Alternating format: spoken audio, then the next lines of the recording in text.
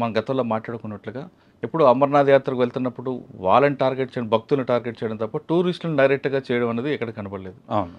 మీరు చెప్తున్నా గతంలో మనం డిస్కస్ చేసినట్లుగా టూరిస్ట్ స్పాట్స్ కొన్ని ఉన్నాయి. ఆ స్పాట్స్లో అన్ఎక్స్పెక్టెడ్ జరగడం తప్ప ఇంత పెద్ద లార్జ్గా చనిపోవడం, పర్టికులర్గా హిందువుల్ని ముస్లిం వేరు చేసి చంపడం అనేది ఇది ఫస్ట్ టైం. అవును. దీని మీద ప్రభుత్వం కూడా చాలా సీరియస్గా ఉంది. బీహార్లో కూడా ప్రైమ్ మినిస్టర్ గారు చాలా స్ట్రాంగ్ వార్నింగ్ కూడా ఇచ్చారు. అవును. వార్నింగ్ ఇవ్వడం, అటాకులు చేయడం కాకుండా అసలు ముందు మనం ఎందుకు ఫెయిల్ అయ్యాం, మన ఇంటెలిజెన్స్ ఏమైంది, అసలు ఇంత పెద్ద ఇష్యూ జరుగుతున్నప్పుడు మనకున్న నెట్వర్క్ ఎక్కడ బ్రేక్ అయింది అంటే కొంతమంది ఆఫీసర్లు అంటారు వాళ్ళు డిజిటల్ సిగ్నేచర్ ఎక్కడ వాడకుండా ఉన్నారు కాబట్టి మనం ఫెయిల్ అయ్యామంటున్నారు. అంటే మనం పుట్టిన ఇంటెలిజెన్స్ ఎక్కడ ఆగిపోతుంది అంటే మన టెక్నాలజీ వైపు వెళ్తున్నాం తప్ప మన మూలాలు మర్చిపోతున్నాం అనేది ఇక్కడ చాలా క్లియర్గా తెలుస్తుంది. మీరు కాశ్మీర్లో చాలా కాలం పనిచేశారు కాబట్టి ఇక్కడ ఫెయిల్యూర్ ఎక్కడ కనిపిస్తుంది అంటారు? చూడండి, ఫస్ట్గా మాట్లాడుకుంటే ఆర్మీ కానివ్వండి, సిఆర్పిఎఫ్ కానివ్వండి, జేఎండ్కే పోలీస్ కానివ్వండి, ఇంటెలిజెన్స్ ఫెయిల్యూర్ అయితే మాత్రం దీన్ని మనం ఖచ్చితంగా అనాల్సిందే. దానికి ఒప్పుకోవాల్సిందంటారు. ఒప్పుకోవాల్సిందే. తప్పు ఉన్నప్పుడు ఒప్పుకోవాలి, అప్పుడే మనం దాన్ని కరెక్ట్ చేసుకోగలదు. అలా కాదు, తప్పు లేదు, మా తప్పేం లేదు అంటే that is not the right approach to a problem. ఇంకొకటి, ఇందాక మీరు చెప్పినట్టు ప్రతిసారి అమర్నాథ్ యాత్రకు ఎవరైతే భక్తులు వెళ్తారో వాళ్ళ మీద అటాక్ చేయడానికి చాలాసార్లు అటెంప్ట్స్ జరిగినాయి, అటాక్స్ జరిగినవి కూడా ఇంతకుముందు.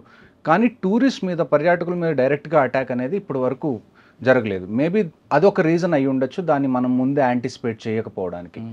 అట్ ద సేమ్ టైం నాకు ఎక్కడో లింక్ మిస్ అవుతుందని అనిపిస్తుంది ఇందులో. ఎందుకంటే నేను ఇందాక చెప్పినట్టుగా పర్యాటకుల్ని డైరెక్ట్గా టార్గెట్ చేసి, అది కూడా ఇంతమందిని, అంటే ఇంతకు ముందు కూడా టూరిస్ట్ కొంతమంది చనిపోయారు కాశ్మీర్కి వచ్చినప్పుడు. మేబీ వాళ్ళు స్టోన్ పెల్టింగ్ మధ్యలో ఇరుక్కొని, లేకపోతే ఆపరేషన్స్ మధ్యలో ఇరుక్కొని చనిపోయారే తప్ప డైరెక్ట్గా టార్గెట్ చేసి టూరిస్ట్ని చంపింది అన్నది ఇంతకుముందు నేను ఎప్పుడు చూడలేదు.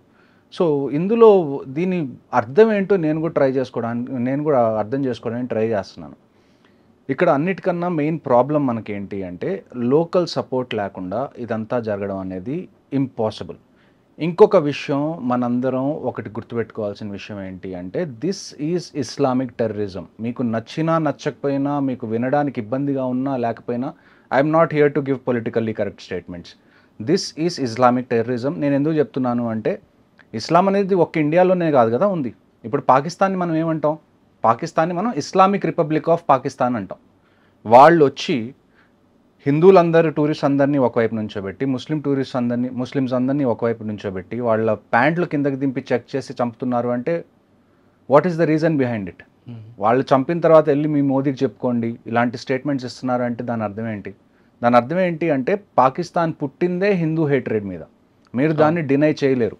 టూ నేషన్ థియరీ ఏదైనా కావచ్చు, వాళ్ళు వేరుగా మాకు ల్యాండ్ కావాలి, మేము వేరే కంట్రీ పెట్టుకుంటాం అని అన్నప్పుడు that is not out of వాళ్ళు ఏదో డెవలప్ అవ్వాలి వాళ్ళ సొంతంగా అని కాదు. Just one plain reason is వాళ్ళకి హిందూస్తో ఉండడం ఇష్టం లేదు. సో ఇప్పుడనే కాదు, నేను కాశ్మీర్లో నేను సర్వ్ చేసినప్పటి నుంచి లాస్ట్ 1947లో ఎప్పుడైతే మనం ఇండిపెండెంట్ అయ్యామో అప్పటి నుంచి చూసుకుంటే ఇప్పటి వరకు ప్రతిసారి there is always hate angle. రీసెంట్గా మనకి బలూచిస్తాన్లో బలూచ్ లిబరేషన్ ఆర్మీ అనేది ఆ ట్రైన్ మీద అటాక్ చేసి హైజాక్ చేసి చాలా పెద్ద ఆపరేషన్ చేశారు వాళ్ళు పాకిస్తాన్ ఆర్మీ మీద. అలాంటి హైజాక్ అనుకోవచ్చా, లేదు వాళ్ళ ఇండిపెండెన్స్ కోసం వాళ్ళు చేశారు అనుకోవచ్చు? ఇండిపెండెన్స్ కోసమే ఈ ఫైట్. కానీ దాన్ని హైజాక్ అని అనకూడదు. హైజాక్ ఎందుకు అంటున్నాను అంటే అందులో వాళ్ళు ఒక్క సివిలియన్స్ని కూడా ఎక్కడా టచ్ చేయలేదు. ఆ జనరల్గా బలూచిస్తాన్లో క్వెటా అనే ఒక ప్లేస్ ఉంది. అది బలూచిస్తాన్కి మీరు క్యాపిటల్ సిటీ లాగా అనుకోవచ్చు. ఆ ఏరియాలో చాలామంది ఆర్మీ వాళ్ళు కానీ డిఫెన్స్ ఫోర్సెస్ వాళ్ళు, పాకిస్తాన్ వాళ్ళు అక్కడ పోస్టింగ్ ఉంటారు. కానీ అక్కడి నుంచి మెయిన్ పాకిస్తాన్కి రీచ్ అవ్వాలంటే ఆ ట్రైన్ ఒక్కటే దారి. సో ఎవరైనా కానీ పోస్టింగ్కి వెళ్ళినా, డిప్లాయ్మెంట్కి వెళ్ళినా, మళ్ళీ లీవ్కి వెళ్ళాలన్నా కానీ ఆ ట్రైన్ ఒక మెయిన్ అదొక్కటే లింక్, కనెక్టింగ్, అది మెయిన్ కనెక్షన్ పాయింట్ అనమాట. సో దాని మీద వాళ్ళు అటాక్ చేసి హైజాక్ చేసినప్పుడు కూడా ఒక్క సివిలియన్ని కూడా వాళ్ళు అక్కడ ఉంచడం కానీ వాళ్ళకి హాని చేయడం కానీ చేయలేదు. సో ఇదే ఇప్పుడు even if you are fighting, మీరు ఒకవేళ ఫైట్ చేస్తున్నా కానీ there are some unsaid rules. ఈ అన్సెడ్ రూల్స్లో ఒకటి ఏంటి అంటే టూరిస్ట్ మీద ఎప్పుడూ డైరెక్ట్గా అటాక్ చేయకూడదు అనేది ఒక అన్సెడ్ రూల్. ఎందుకంటే ఒకవేళ టూరిస్ట్ మీద అటాక్ చేస్తే పాకిస్తానీ బేస్డ్ టెర్రరిస్ట్ కానివ్వండి, లేకపోతే కాశ్మీరీ బేస్డ్ టెర్రరిస్ట్ కానివ్వండి, వీళ్ళు అట్ ద ఎండ్ వచ్చి విధ్వంసం అంతా సృష్టించాల్సింది ఎక్కడ? కాశ్మీర్లో. ఒకవేళ టూరిస్ట్ని ఏమన్నా చేస్తే టూరిజం ఎఫెక్ట్ అయింది, దానివల్ల లోకల్స్ ఇబ్బంది పడతారు. లోకల్స్ ఇబ్బంది పడితే ఆ టెర్రరిస్ట్కి వాళ్ళు సపోర్ట్ ఇవ్వరు అని ఎక్కడో వాళ్ళకి తెలుసు. అందుకని ఇన్ని రోజులు వాళ్ళు ఎప్పుడు కూడా టూరిస్ట్ని డైరెక్ట్గా టార్గెట్ చేయలేదు. కానీ మొదటిసారి వాళ్ళు టూరిస్ట్ని టార్గెట్ చేశారు అంటే now more than the government, more than the army, more than the air force or the navy, అందరికన్నా పెద్ద responsibility is with Kashmiri people. How they respond to this. ఇది జరిగింది. ఇప్పుడు ఇది మీరు ఇన్ని రోజులు ఆర్మీ మీద అటాక్ చేశారు, వీఆర్ గివింగ్ అవర్ రెస్పాన్స్, అక్కడి వరకు బాగానే ఉంది. మీరు ఇప్పుడు పర్యాటకుల్ని టార్గెట్ చేశారు. దీనివల్ల టూరిజం ఎఫెక్ట్ అవుతుంది. ఈ టూరిజం ఎఫెక్ట్ అవ్వడం వల్ల డైరెక్ట్గా ఫుడ్ చైన్లో అందరికన్నా ఎఫెక్ట్ అయ్యేది ఎవరు? Kashmiri local population. వాళ్ళు మీ ఇంటి గడప దాకా తీసుకొచ్చారు. ఇప్పుడు మీకు మాకేం సంబంధం లేదు, వాళ్ళు ఆర్మీని టార్గెట్ చేస్తుంటే మాకేం సంబంధం అని ఎన్ని రోజులు మీరు అన్నారు. కానీ ఇప్పుడు వాళ్ళు మీ పొట్టకూటి మీద కొట్టడానికి ట్రై చేస్తున్నారు. వచ్చారు. ఇప్పుడు మీరు ఎలా బిహేవ్ చేస్తారు అన్న దాని మీదే నెక్స్ట్ స్టెప్స్ కాశ్మీర్ ఫ్యూచర్ అనేది ఆధారపడి ఉంటుంది. నేను సాధారణంగా కాశ్మీర్లో నేను గతంలో వెళ్ళినప్పుడు ఎక్కడైనా భయపడితే మీరేం భయపడక్కర్లేదు, మా ప్రాణం అడ్డంగా ఉంటుందంటూ కాశ్మీరీ వాళ్ళు చెప్తుంటారు. ఆ షికారీ వాళ్ళు కానీ చెప్తున్న గుర్రాలు వాళ్ళు కూడా, వాళ్ళని కూడా కాకుండా వచ్చి వాళ్ళు ఒక ఆయన గుర్రం నడిపే వ్యక్తి కూడా చంపారండి. అంటే ఏ మెసేజ్ ఇస్తున్నారండి వాళ్ళు? నేను అదే కదండి ఇందాక నుంచి చెప్తుంది. మెసేజ్ వాళ్ళు ఇచ్చేసారు క్లియర్గా, మాకు మీరు తింటున్నారా తినట్లేదా యాజ్ ఏ కాశ్మీరీ పాపులేషన్ మాకు అనవసరం, మాకు మీరు హిందూ అయితే చాలు, మేము మిమ్మల్ని చంపేస్తానని చెప్పి వాళ్ళు చెప్పారు. దీని అంతటి వల్ల కాశ్మీర్లో వచ్చే ఎఫెక్ట్ ఏదైతే ఉందో అది గవర్నమెంట్ మీద ఆధారపడలేదు, ఆర్మీ, నేవీ, ఎయిర్ ఫోర్స్ మీద కూడా ఆధారపడలేదు. ఫైనల్గా అది ఆధారపడేది కాశ్మీరీ పాపులేషన్. ఇక్కడి నుంచి వాళ్ళు ఏ స్టెప్ తీసుకుంటారు. మీరు వీళ్ళని ఎంకరేజ్ చేస్తూ ఉంటే ఇలాంటివి జరుగుతూనే ఉంటాయి. మీరు మళ్ళీ ఆర్టికల్ 370 ముందు ఏ పొజిషన్లో ఉన్నారో ఆ పొజిషన్లోకి వెళ్ళిపోతారు. అంటే కాశ్మీర్ కాపాడాలంటే కాశ్మీరేజ్ ఉండాలి. ముందు కాశ్మీరీస్ దానిలో అందరికన్నా వాళ్ళకు ఒక క్లారిటీ రావాలి. నేను ఇంతకు ముందు చాలా పాడ్కాస్ట్లో కూడా చెప్పాను, మీకు పైన మొత్తం చాలా నీట్గా చాలా క్లీన్గా టూరిజం బాగా పెరుగుతుందని మీకు అనిపిస్తుంది, కానీ లోపల ఏంటి మైండ్ సెట్ అనేది మనం కనీసం దాన్ని అబ్జర్వ్ చేసి కనీసం ఒక 15-20 సంవత్సరాలు పీస్ఫుల్గా ఉంటే తప్ప కాశ్మీర్ అనేది మారదు. కాశ్మీర్ మీద రీసెంట్గా బలూచిస్తాన్లో అటాక్ అయిన తర్వాత పాకిస్తాన్ చీఫ్ ఆసిమ్ మునీర్ ఎవరైతే ఉన్నారో ఆయన ఒక స్పీచ్ ఇచ్చారు రీసెంట్గా, కాశ్మీర్ ఈజ్ అవర్ జగ్యులర్ వెయిన్ అది ఇది అని చెప్పి. 1947 దగ్గర నుంచి 2025 వరకు ఆల్మోస్ట్ 75 ఏళ్ళు దాటినాయి. ఇప్పటి వరకు వాళ్ళు కంటిన్యూస్గా ఫస్ట్ ఒక 10 ఏళ్ళు పంజాబ్లో చేశారు, ఆ తర్వాత మనకి బెంగాల్లో చేస్తున్నారు, ఇప్పుడు బంగ్లాదేశ్ ఉన్నప్పుడు అవుతుంది, ఈస్ట్ పాకిస్తాన్ ఉన్నప్పుడు కూడా అయింది, ఆ తర్వాత కాశ్మీర్ మీద కంటిన్యూస్గా జరుగుతుంది. ఇప్పుడు మీరు చెప్పండి, what should we do?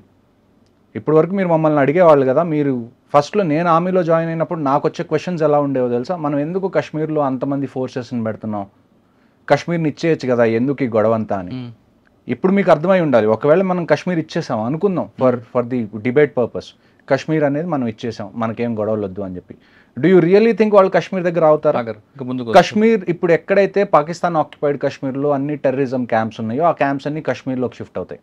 Kashmir తర్వాత పంజాబ్ తర్వాత హిమాచల్ తర్వాత ఉత్తరాఖండ్, ఇక్కడికి టెర్రరిజం రావడం స్టార్ట్ అవుతుంది. ఆ 3 ఆక్యుపై చేసుకుంటారు, ఆ తర్వాత ఢిల్లీకి వస్తారు, చిన్నగా మీ ఇంటి దాకా వస్తారు, అప్పుడు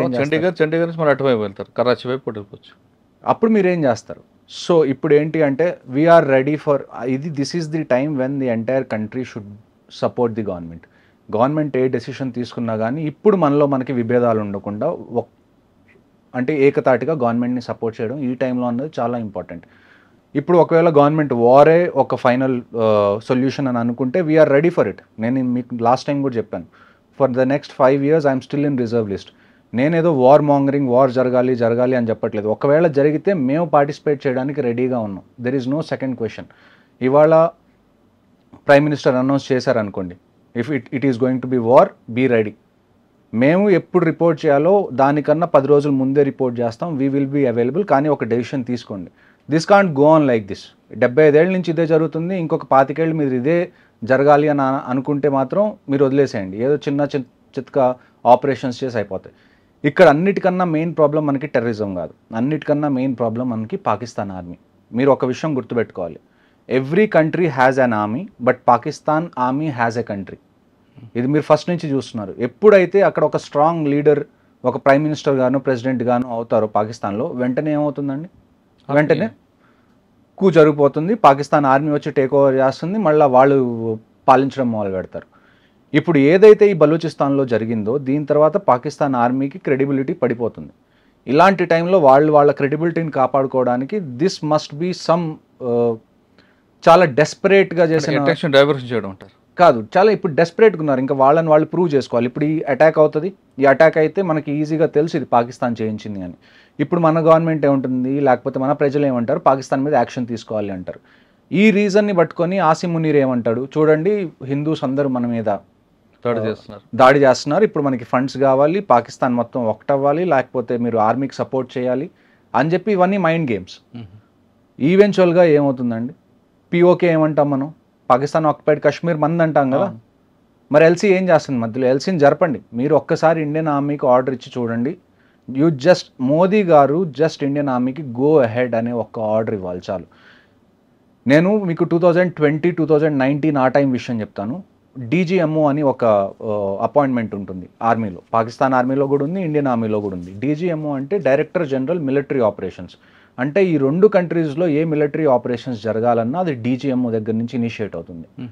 అలాంటి DGMO, Pakistan DGMO 15 core commander, మీరు చాలా టీవీ షోస్లో చూసుంటారు, జనరల్ కేజేఎస్ ఢిల్లో అని చెప్పి ఒక లెఫ్టినెంట్ జనరల్ ఉన్నారు, 15 కోర్ కమాండర్ ఆయన, జనరల్ టైనీ ఢిల్లో అని కూడా అంటారు ఆయన. ఆయనకి డీజీఎంఓ పాకిస్తాన్ డైరెక్ట్గా ఫోన్ చేసి, ఏంటండి మీరు ఎల్సీ దగ్గర చిన్న ఏదైనా జంతువు కదిలినా కానీ మీరు అంత అటాక్ చేస్తున్నారు అని. అలాంటి ఆపరేషన్స్ ఇంతకుముందు జరిగినాయి. This is not the first time. The only option right now we have is LC మీద దీపావళి జరగాలి. ప్రతిసారి దీపావళి మనం వింటర్స్లో చేసుకుంటాం, ఈసారి దీపావళి సమ్మర్స్లో చేసుకోవాలి. వాడండి, మన దగ్గర ఉన్న ప్రతి వెపన్ ఏదైతే ఉందో వాడండి. మనం ఎస్కలేషన్ గురించి భయపడకూడదు. ఇప్పుడు వరకు మన మైండ్ సెట్ ఎలాగుంది చూడండి. ఈ కంట్రీలో మనకున్న అతిపెద్ద దరిద్రం ఏంటి అంటే, మనకి చిన్నప్పటి నుంచి ఇప్పటి వరకు నేర్పించింది ఏంటంటే నాన్ వైలెన్స్, మెచ్యూర్గా ఉండండి. An eye for an eye makes the whole world blind అంటారు, which is a very stupid argument. An eye for an eye makes the competition equal. ఇప్పుడు నేనున్నాను, ఒక్కడితో గొడవ పడుతున్నాను, వాడి కన్ను తీసేశాను. ఇప్పుడు వాడు నా కన్ను తీయకపోతే నా దగ్గర 2 కళ్ళు ఉన్నాయి, వాడి దగ్గర ఒక్క కన్నే ఉంది. నేను మళ్ళీ వాడిని అటాక్ చేసినప్పుడు ఎవరి దగ్గర అడ్వాంటేజ్ ఉంటుంది? నా దగ్గర అడ్వాంటేజ్ ఉంటుంది.